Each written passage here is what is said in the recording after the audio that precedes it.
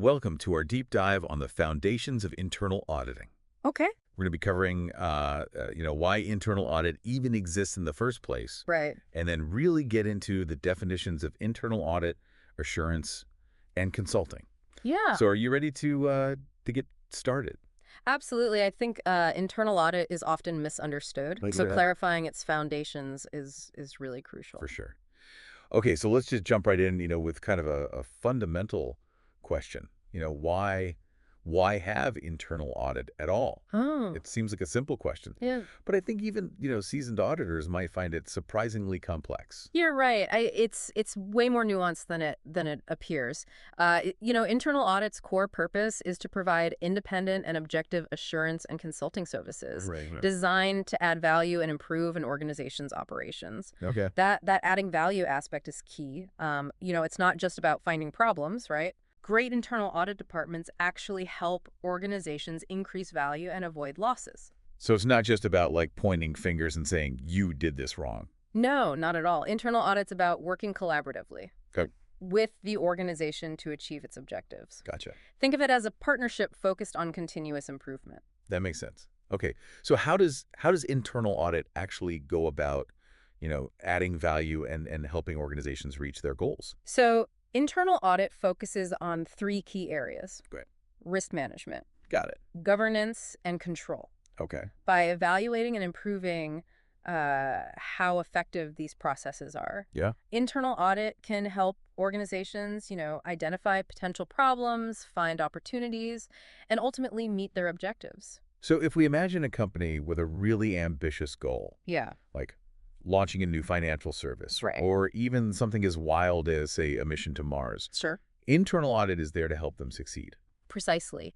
Internal audit assesses the risks and opportunities associated with those goals, Okay. providing insights and recommendations to help the organization navigate the complexities and increase their chances of success. So it sounds like a pretty vital role. It is. And a big part of what makes internal audit so effective is its independence and objectivity. Okay. These qualities are paramount. So that means they're not like influenced by internal politics or pressures. They can just speak their minds freely, even if it means, delivering tough news. Exactly.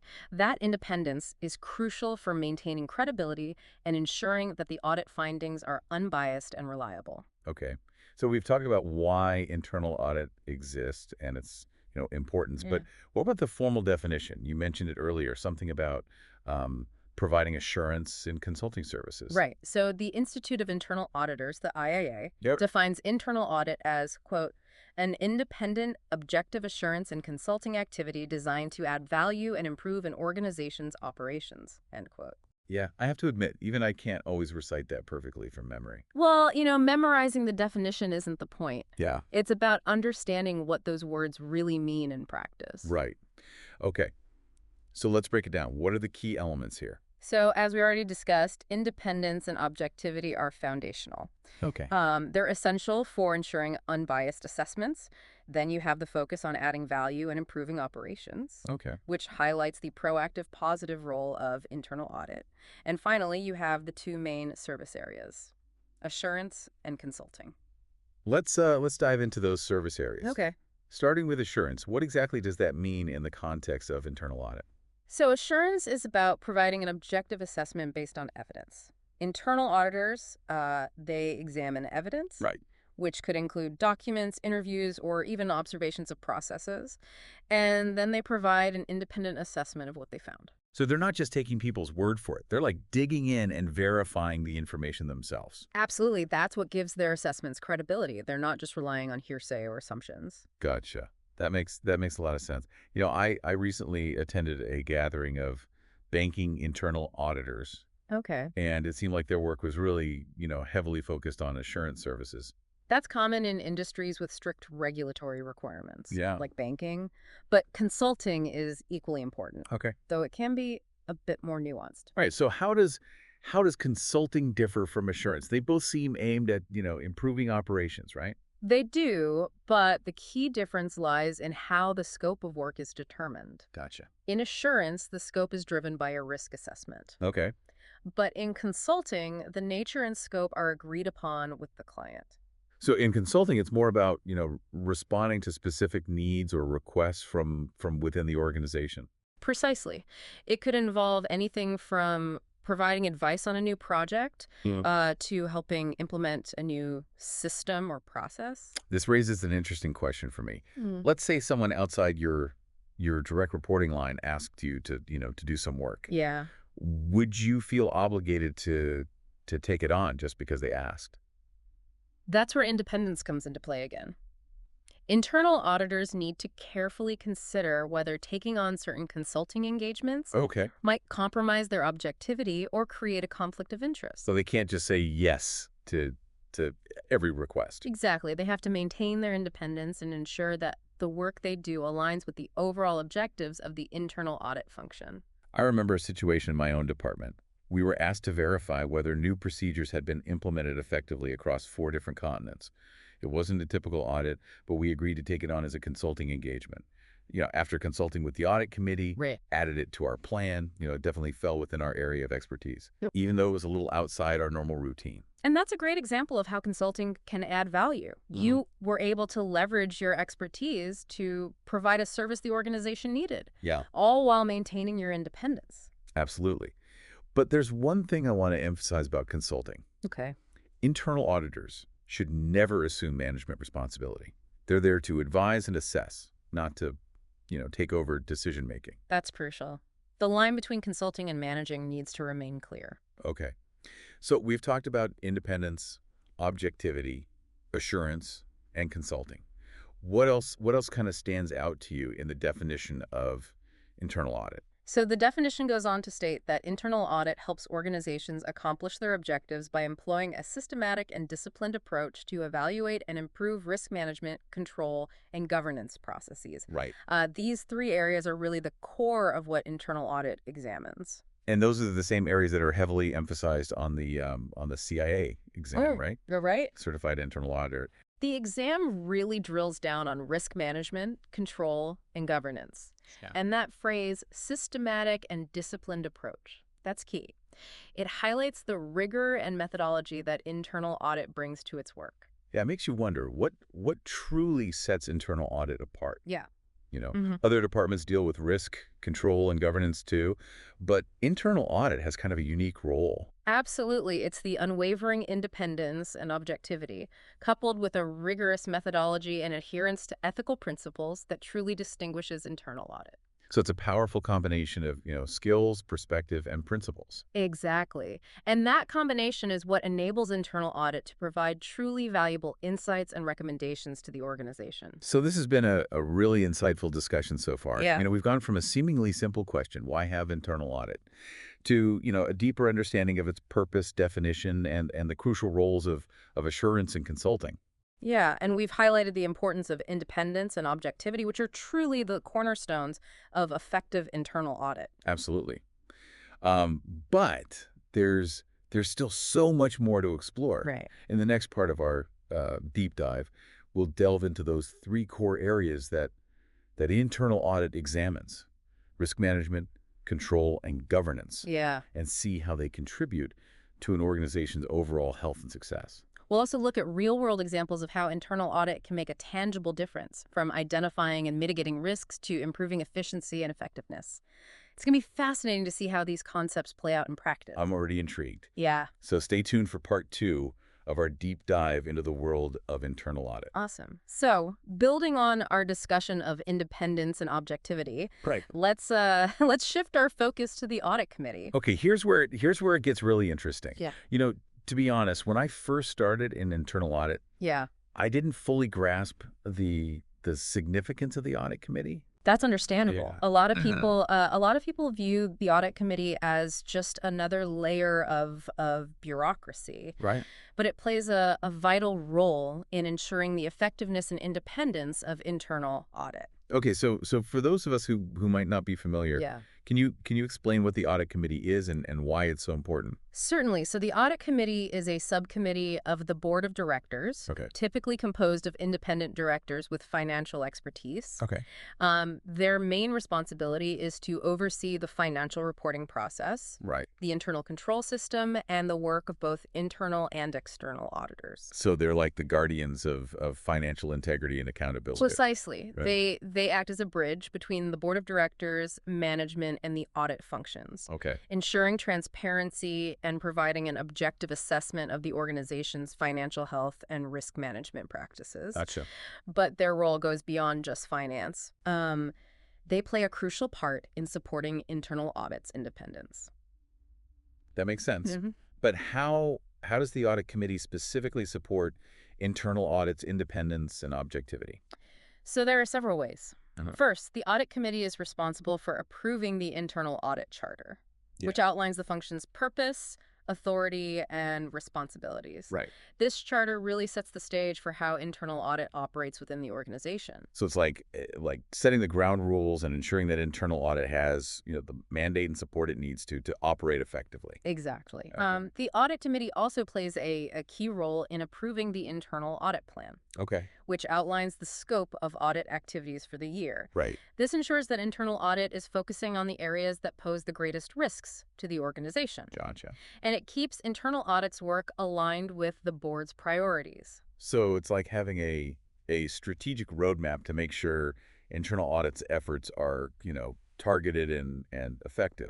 And perhaps most importantly, Yeah. the audit committee serves as the primary point of contact for the head of internal audit. Okay.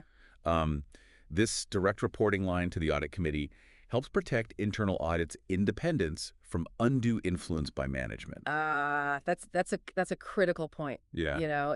It creates a safe space for internal audit to report its findings, freely and objectively without fear of reprisal Right. or pressure to downplay, sensitive issues. Precisely. The audit committee acts as a buffer, Right. ensuring that internal audit can maintain its objectivity even when dealing with difficult situations or challenging findings. And the audit committee also reviews and approves the internal audit budget, right? Yes, that's another important aspect of their role. Okay. They ensure that internal audit has adequate resources to carry out its responsibilities effectively. Yeah, it sounds like the audit committee really has internal audits back, Yeah. providing the support and oversight necessary for it to thrive. It's a symbiotic relationship. Okay. A strong and independent internal audit function benefits the audit committee Yeah. by providing valuable insights and assurance, Okay. which in turn strengthens the committee's ability to fulfill its oversight responsibilities. So it's a win-win for both parties and ultimately benefits the organization as a whole. Exactly. Awesome. Now, in addition to the audit committee, Yeah. professional standards and ethical codes Right. play a crucial role in ensuring internal audit's independence and effectiveness. Yes, the rules of the game. Yes. Can you elaborate on those a bit? Of course. So the Institute of Internal Auditors, the IIA, No. has established the international standards for the professional practice of internal auditing, Right. which provide a globally recognized framework for internal audit practice. So it's like a universal playbook for internal auditors all over the world. Right. It ensures consistency and quality in their work no matter where they are. Exactly. These standards cover a wide range of topics, from independence and objectivity to risk assessment, planning, and reporting. Right. They serve as a guide for internal auditors Okay. and help ensure that their work meets professional expectations. And what about ethical codes? Yeah. How do they fit in? So ethical codes provide a set of principles that guide internal auditors' professional conduct. All right. The IIA's Code of Ethics emphasizes integrity, Right. objectivity, confidentiality, and competency. Gotcha. These principles are the foundation of trust and credibility in the profession. So it's about more than just, following rules. Yeah, It's about upholding a set of values that are essential for, maintaining public confidence in the profession. you got it. Okay. Ethical conduct is paramount for internal auditors. Right. It underpins everything they do Okay. and is fundamental to maintaining the public's trust. We've talked about the audit committee Yeah. and professional standards. Yeah. Is there anything else that contributes to internal audits, independence and effectiveness?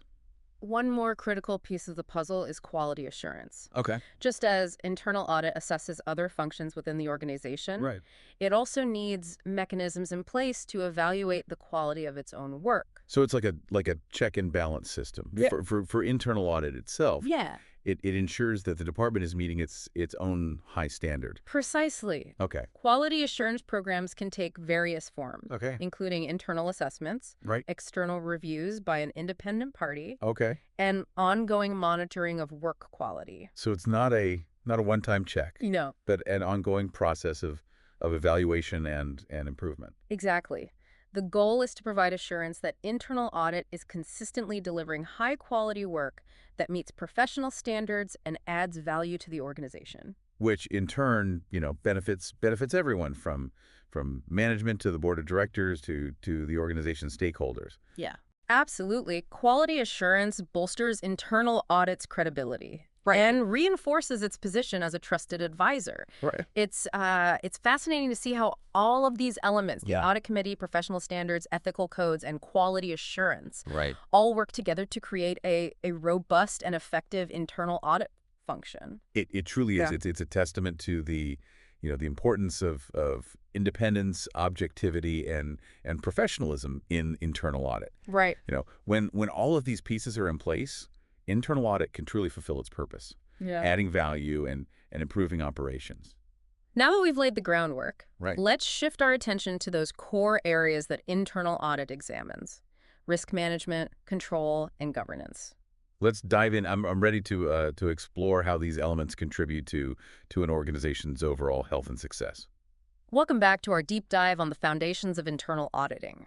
We've explored the why and the what of internal audit. And now it's time to kind of dig into the how. Exactly. So in this final part of our deep dive, Hmm. we'll examine the three core areas that internal audit focuses on: Okay. risk management, control, and governance. I'm really curious to hear more about these. We've touched on them before, Yeah. but can you give us, a deeper understanding of what each area involves? Absolutely. So let's start with risk management. Okay. Essentially, risk management is about identifying, assessing, and responding to potential risks Okay. that could hinder an organization's ability to achieve its objectives. So it's about, anticipating potential problems and Mhm. taking steps to, mitigate them before they happen. But isn't that like what everyone in an organization should be doing? Right? Right. How does internal audit approach this differently? That's a great question. You're right. Yeah. Everyone has a role to play in managing risk, Yeah. but internal audit brings a unique perspective. They evaluate the effectiveness of the organization's overall risk management framework. Gotcha. They assess whether risks are being identified and assessed appropriately, Okay. if mitigation strategies are in place, Right. and whether those strategies are actually working. So they're not just looking at individual risks in isolation. Right. They're looking at the big picture of how the organization manages risk as a whole. Exactly. They're providing an independent and objective assessment Okay. of the organization's risk management maturity. Okay, that makes sense. But what does risk management maturity actually mean? Like how do you measure something like that? Good point. So, risk management maturity refers to the sophistication and effectiveness of an organization's risk management practices. Okay.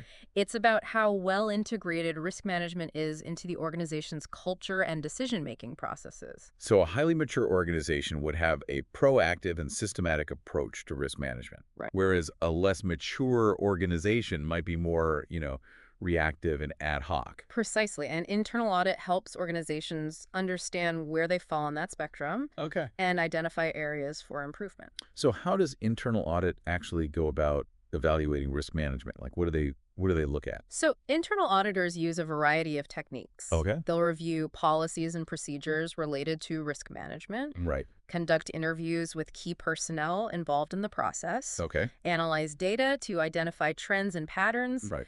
and observe operations to see how risk management practices are being applied in real-world situations. So it's a mix of desk work and field work Yeah. to get a holistic view of how risk is managed across the organization. Exactly. And through that process, Right. they can identify gaps, weaknesses, or areas where risk management could be strengthened. That's really interesting. Okay. Yeah. Let's move on to control. Okay.